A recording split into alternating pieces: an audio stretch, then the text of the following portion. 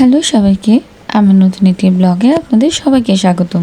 এটি হলো উল্টো রথযাত্রার ব্লগ। আমার আগে ব্লগটিতে আমি রথযাত্রা নিয়ে ব্লগ দিয়েছিলাম।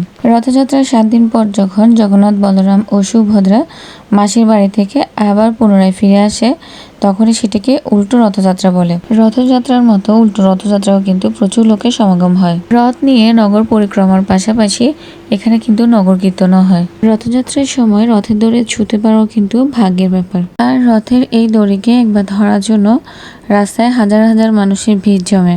চট্টগ্রামের বিভিন্ন অংশেই সাধারণত রথ নিয়ে যাওয়া হয়ে থাকে, তাই যে যার সুবিধা মতন জায়গা থেকে রথের দড়ি ধরার জন্য অপেক্ষা করে। রথ নিয়ে যাওয়ার সময় ভক্তদের মাঝে প্রসাদ বিতরণ করা হয়ে থাকে। রাস্তায় জগন্নাথ, বলরাম ও সুভদ্রাকে আলাদা আলাদা রথেও নেওয়া হয়, আবার একই রথে বসিয়ে 3 জনকে টেনে নিয়ে যাওয়া হয়। সকলেই ভগবানের দর্শনের জন্য রাস্তা দাঁড়িয়ে অপেক্ষা করেন। আবার 1 বছর পর প্রভু ফিরে যাবে মাসির বাড়ি। কথায় আছে, রথ টানলে দুর্গা আসে। এই রথের পরপরই কিন্তু আমাদের দুর্গাপূজার আগমনী সুরও বেজে ওঠে। ব্লগটি কেমন লাগলো জানাবেন।